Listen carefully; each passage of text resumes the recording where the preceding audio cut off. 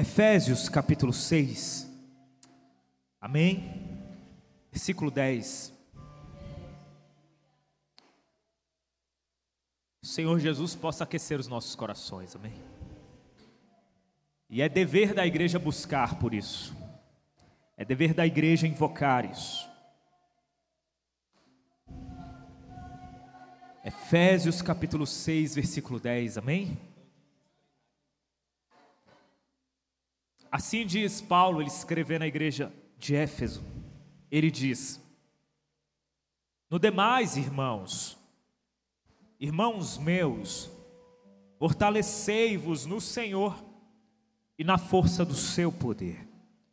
Revesti-vos de toda a armadura de Deus, para que possais estar firmes contra as astutas ciladas do diabo.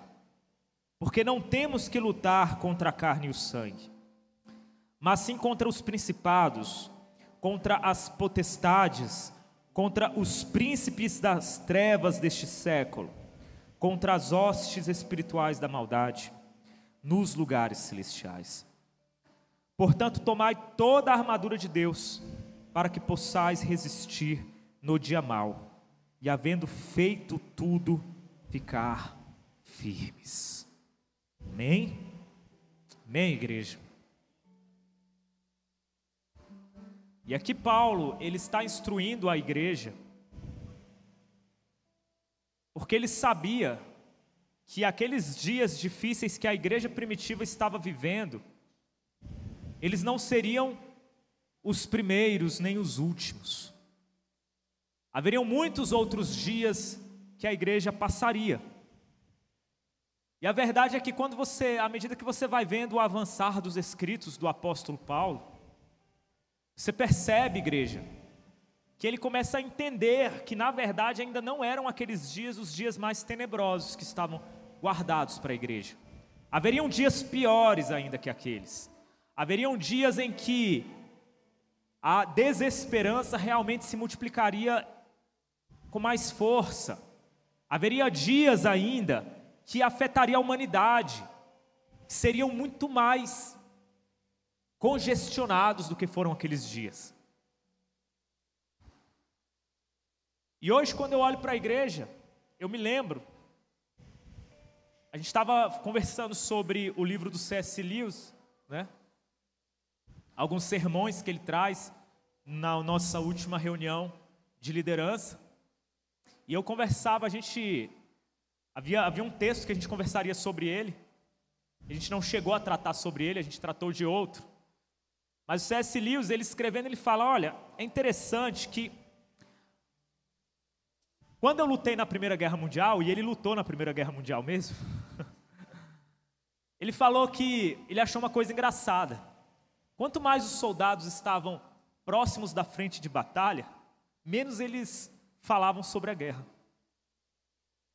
Quanto mais próximos da trincheira eles estavam, menos eles conversavam sobre a causa daquela guerra. Eles simplesmente estavam ali guerreando, lutando. E essa experiência dele é uma experiência que se reproduz em outros autores. Ele mesmo confirma isso. Geralmente, quando o cara está ali na trincheira, ele não está mais preocupado ali, no meio do bombardeio, ele não está preocupado com o que levou para a guerra. Ele simplesmente está guerreando porque aquilo se torna a atividade dele. E quando a gente pega uma analogia para a igreja como soldados de Cristo, a igreja como o exército de Cristo, como nós cantamos aqui, a igreja que responde ao comando do general, amém? O Senhor dos exércitos. E eu vejo que o evangelho ele resplandece de modo muito assim, puro no meio da igreja. Quando a igreja ela deixa de querer tornar todas as coisas sagradas, ou viver só o sagrado, e passa a deixar que o sagrado flua dela naturalmente, nas coisas mais simples, e nas relações mais imediatas do dia a dia. A igreja, muitas das vezes ela se perde na caminhada, porque ela está esperando algo, e ela passa a vida esperando algo algo que o Senhor simplesmente não quer que a gente fique esperando. A única coisa que nós devemos aguardar é a vinda dEle, amém? Além disso, nós não temos que ficar esperando nada. Nós temos que levantar as mangas, porque nós estamos no campo de batalha. A gente tem que parar de ficar conversando sobre as nossas expectativas. A gente tem que parar de ficar conversando sobre as causas, ou sobre as melhores ideias, as melhores teologias, as melhores estratégias, e simplesmente ir e fazer. Ao invés da gente se ocupar em só fazer o que é sagrado, por que a gente não permite que o sagrado flua da gente naturalmente, na medida em que nós santificamos todos os nossos afazeres a Deus? Porque ao invés de a gente ficar esperando, atônitos por um avivamento, por que simplesmente a gente não permite que a nossa vida seja avivada, sem a necessidade de que grandes coisas sejam vistas pelos meus olhos, para que então eu passe a viver os comandos do Senhor, a obediência ao Senhor, para que então eu passe a cumprir aquilo que Ele tem me destinado a cumprir. Põe um motivo sobrenatural no teu dia a dia, meu irmão, e o seu dia será sobrenatural. E o seu dia será sobrenatural.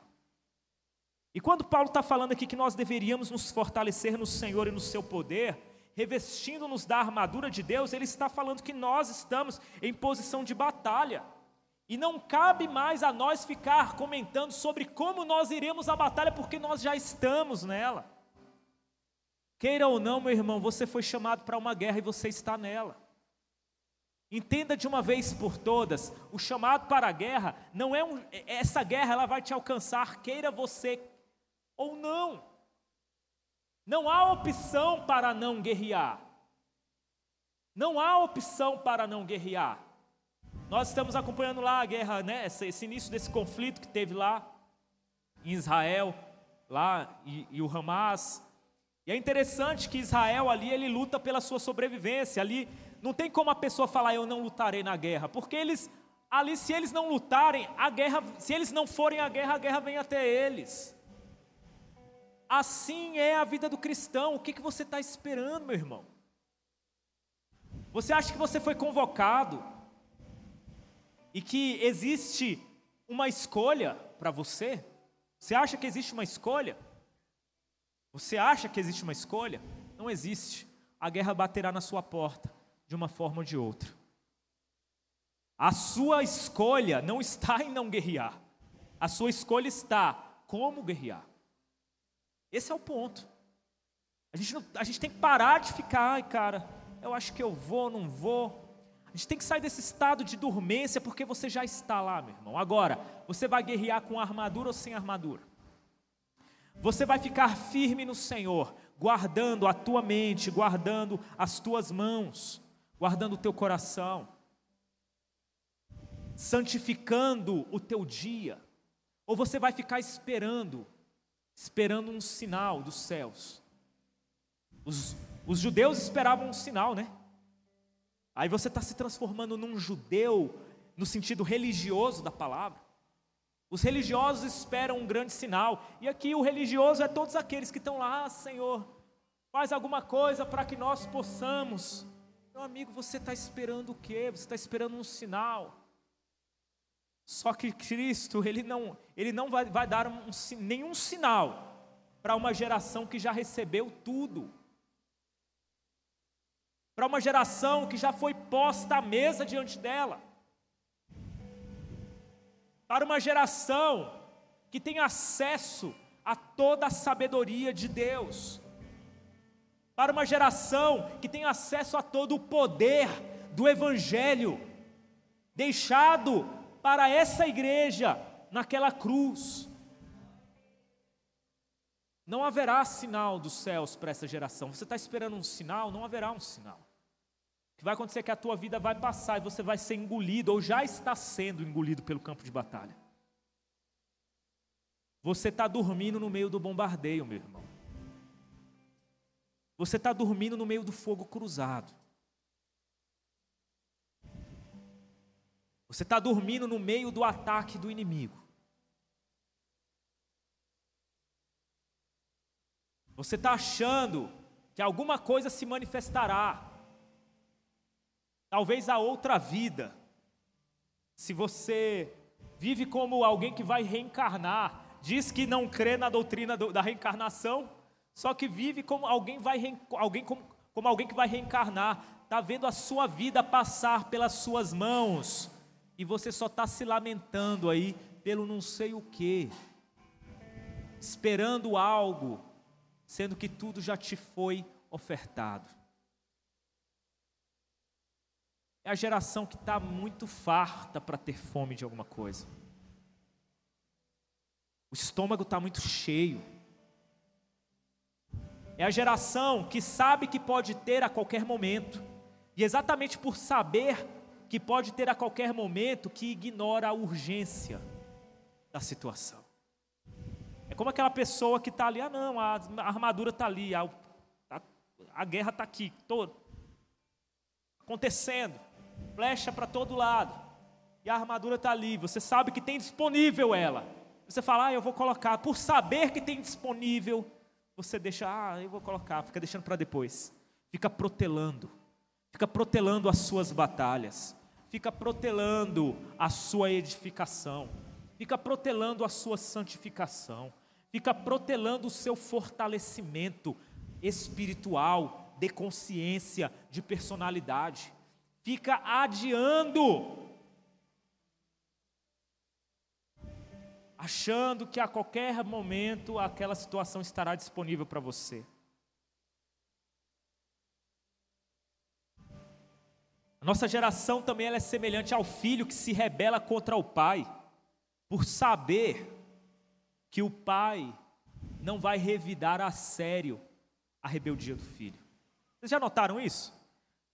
Quem tem filho adolescente aqui? Quem tem filho adolescente? Quem já foi adolescente? Todo mundo aqui, praticamente. Para os adolescentes eu falo isso para vocês, tá? E para quem não é adolescente, você vai se identificar no que eu estou falando. Todo mundo, a maioria das pessoas tem aquela fase da rebeldia, né? Porque agora é aquela crise. Ele não quer, ele está achando que ele já tem força para caminhar com as próprias pernas, então ele já não aceita mais a autoridade dos pais sobre ele com tanta facilidade. Ele acha, né, que sabe da vida. Então ele já não aceita mais a autoridade do pai. Por outro lado, ele está convivendo com a galerinha dele, né? Porque ele tem os amigos dele. Às vezes ele cai na besteira, quem já foi adolescente sabe disso, cai na besteira de achar que os amigos ali sabiam mais da vida do que ele, do que os pais dele. E às vezes os amigos cobram tributo, cobram imposto para o adolescente participar do grupo. Às vezes a própria rebeldia do adolescente é porque ele quer pertencer ao grupinho de amigos dele. Então, por exemplo, as amiguinhas estão andando de tal jeito, e o pai e a mãe quer que ande de outro. Aí, a amiguinha, a adolescente ou o adolescente, ele se sente separado do grupo, ele não consegue entrar no grupo direito, ele tem uma crise de identidade, porque ele precisa do grupo para se afirmar. Isso é o sinal claro da imaturidade, amém? Aí o que ele faz? Ele começa a se adequar, a se vestir do jeito do grupinho, mesmo contra a vontade do pai e da mãe, para quê? Ou a fazer, ou a agir, ou a falar, ou a se portar. Porque senão ele não é aceito para aquele grupo. Só que ele não tem coragem de se rebelar contra o grupo dele. Quantos aqui na adolescência tiveram coragem de se rebelar contra seus amigos? O que acontecia quando você se rebelava contra o seu grupinho de amigos lá? Todo mundo te marginalizava, né? Você era bulinado, te jogavam para escanteio, zoavam com você, fazia montinho em você, hoje não pode mais montinho, né? Mas pegavam no seu pé, cara. Pegavam no seu pé. Isso em todas as gerações foi assim, sempre é assim. Amém? E você não tem coragem de se afirmar contra o seu grupo, por quê? Porque você sabe que eles são tiranos, que se você se afirmar contra eles, eles vão te expulsar, eles vão te maltratar. Então você prefere então se rebelar contra quem? Contra o seu pai e contra a sua mãe, porque você sabe lá no fundo que o seu pai e sua mãe te amam. Você sabe lá no fundo que seu pai e sua mãe querem o seu bem. E às vezes vai rolar até uma palmadinha ali, um sapo, né? Vai rolar às vezes até um sabãozinho ali, mas não vai passar daquilo. Você sabe que o seu pai e sua mãe têm limites. Amém? Você sabe que seu pai e sua mãe vai até determinado ponto, porque no fundo eles te amam. Então você lança sua rebeldia contra seu pai e sua mãe exatamente por saber que eles não vão revidar na mesma força contra você. E aí você prefere, o adolescente prefere fazer a amizadezinha com o grupinho, exatamente porque o grupinho esmaga ele. O grupinho não ama ele. O grupinho, ele tem que pagar o pedágio para ser aceito. É verdade isso ou não é que eu estou falando, pessoal? É desse jeito ou não é? A nossa imaturidade para com Deus é semelhante. No fundo, toda a nossa rebeldia e indignação contra Deus é porque a gente sabe que Deus não revidará da maneira como nós temos afrontado, protelado e simplesmente, lavado as mãos diante da obediência, do chamado e da missão. Toda a nossa revolta contra Deus, no fundo, é resquício de uma imaturidade, porque nós sabemos que Deus nos ama. Porque nós sabemos que Deus não é Zeus que vai mandar um trovão na nossa cabeça. Porque queira você ou não, você já testemunhou a misericórdia de Deus na sua vida. Queira você admitir ou não, você já testemunhou a misericórdia de Deus sendo derramada na sua vida. Você já testemunhou a providência de Deus na sua vida. Você já testemunhou os grandes feitos dele na sua vida. Você já testemunhou a proteção dele para com você. Você já testemunhou as vezes que ele te livrou de coisas que você nem sabia. E que por um acaso depois você ficou sabendo e você, caramba. Só que às vezes você assume uma posição de rebeldia contra Deus, da mesma forma que um adolescente assume uma posição de rebeldia contra seus pais. Ou de tanto faz, ou às vezes uma rebeldia que é um tanto faz. Ah, não, deixa para lá. Ah, não, eu não preciso aqui me esforçar nisso.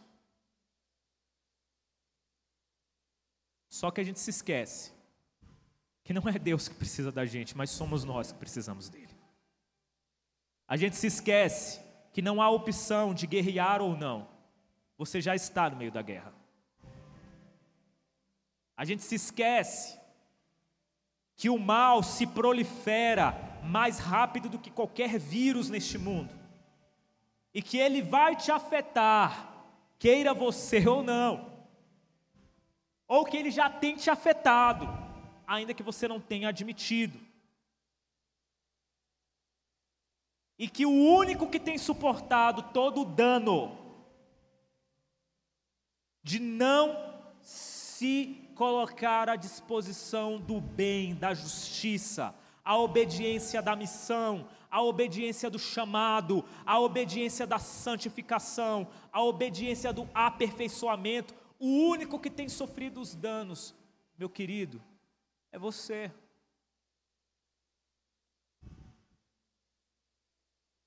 E se a chama se apaga porque você não tem se posto no altar, quem vai sentir frio é você. E às vezes esse frio que reverbera em você como desespero, como inquietação, como ansiedade, esse estado gélido da alma, que reverbera em você, em preocupações, tem sido exatamente porque você tem se recusado a deixar o seu coração ser colocado no altar para queimar nesse altar que tem um fogo que não se apaga. O problema é que esse altar ele consome, né? Porque ele é necessário consumir. O altar é o local do sacrifício onde o fogo se alimenta pelo combustível. E o combustível, meu irmão, é o seu eu, amém? Evidentemente que o seu eu sozinho não é suficiente. Não é suficiente para manter o fogo aceso. Ali está o sacrifício de Cristo também, que é perfeito. Só que se nós não podemos carregar a cruz de Cristo, Diguinho, nós também fomos convidados a tomar a nossa cruz e a segui-lo, a colocar-nos no altar, porque o nosso sacrifício não é suficiente, mas há necessidade que haja o meu sacrifício para que eu morra, para que Ele viva em mim, para que Ele viva em mim, amém? Porque o Senhor Jesus, eu sempre repito isso, o Senhor Jesus morreu a nossa morte para que nós vivamos a vida dele. Ele abriu mão de sua vida para que nós vivamos a vida dele no lugar dele. Porque ele morreu a nossa morte no nosso lugar. Amém? Amém, igreja? Então é quando você vive essa vida, que você está nesse altar, posto nesse altar, que significa também o tomar a sua cruz. Uma cruz que terá que ser carregada, meu filho. Queira você ou não. A vida está aí para lembrar a gente disso. Ela bate forte. Mas como você quer carregar essa cruz? Seguindo a Jesus? Ou perdido, igual um cego em tiroteio, cambaleante, sonolento, bomba explodindo para todo lado, e você lá, deitado no campo de batalha. E até nisso nós vemos a misericórdia do Senhor, porque o Senhor nos protege em sua providência, mesmo quando nós estamos ali sonâmbulos, correndo o risco de minas, bombas explodirem a gente no meio da batalha. Dormindo na batalha, a mão poderosa do Senhor continua a nos proteger. Mas até quando, meu irmão? Até quando você vai esperar isso? Até quando você vai ficar nesse estado de sonolência? Até quando você vai continuar sofrendo o dano por não lutar uma guerra que você já está nela, meu irmão? Por se recusar a prosseguir, a caminhar para frente, por se recusar a assumir o seu papel no Senhor. Termino aqui a nossa mensagem, o sermão da noite, reforçando o que Paulo falou. Fortalecei-vos no Senhor. Fortalecei-vos no Senhor. Fortalecei-vos. E na força do seu poder, o poder que está disponível para você, saia desse estado de indignação, rebeldia, esse estado de que você está igual um cacuete aí, fazendo as coisas de qualquer jeito, e revista-se da armadura de Deus. Esteja pronto, esteja firme, porque as astutas ciladas do diabo estão aí. As astutas ciladas do diabo estão aí. E nós não temos que lutar contra a carne e o sangue, oxalá se tivéssemos. Porque a luta contra a carne e o sangue, ela parece ser mais real. E por isso gera uma comoção maior. Mas a batalha, a verdadeira batalha, muitas das vezes ela é silenciosa. E ela devora, ela te destrói, ela arrebenta com você no silêncio muitas das vezes. No momento que você está de guarda baixa, porque é quando o seu espírito dorme, é que a batalha te consome.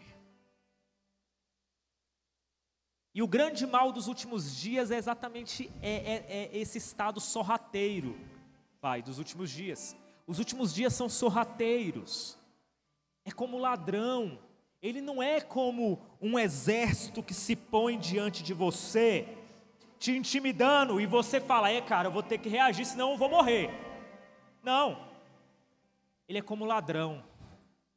Ele vem no momento do descanso. Ele atua de modo dissimulado. Ele é sedutor. Ele é, cauteloso e cuidadoso. É como um ladrão que entra numa casa sem fazer barulho. Assim é o inimigo que está posto diante de nós. ele é sorrateiro, e você está dormindo. Não pode, meu irmão. Não pode. Pelo seu bem, em nome de Jesus, desperta. Se minhas palavras não são suficientes para isso, eu peço que o Espírito Santo manifeste com misericórdia sobre você. E que Ele faça em você, para o seu bem, para o teu bem, que Ele chacoalhe a tua vida. Que Ele faça sobre você aquilo que precisa ser feito. Uma oração contra a tua vontade é a oração que eu faço nessa noite pela tua vida.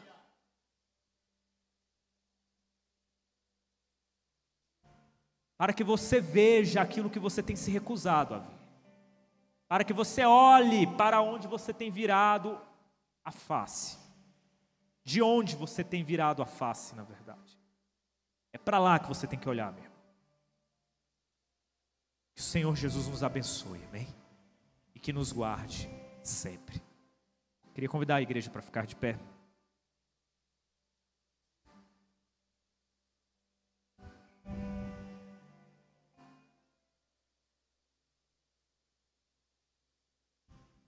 Convido os obreiros para lavar as suas mãos, para nós ministrarmos a ceia. Aleluia. Glória a Jesus. Aleluia. Cuidado, irmão. Cuidado. Vamos permanecer firmes na força do Senhor. Glória a Jesus. Aleluia. Glória a Jesus.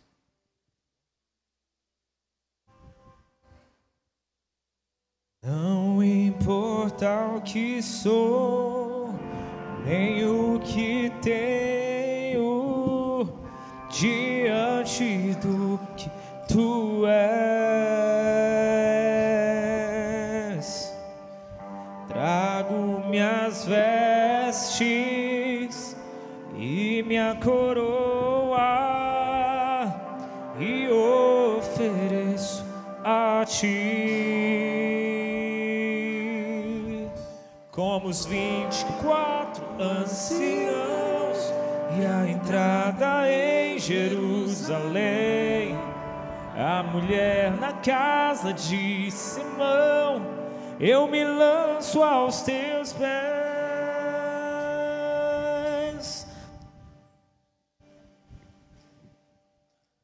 Não tenho outro bem além de ti. Não tenho outro bem além de ti.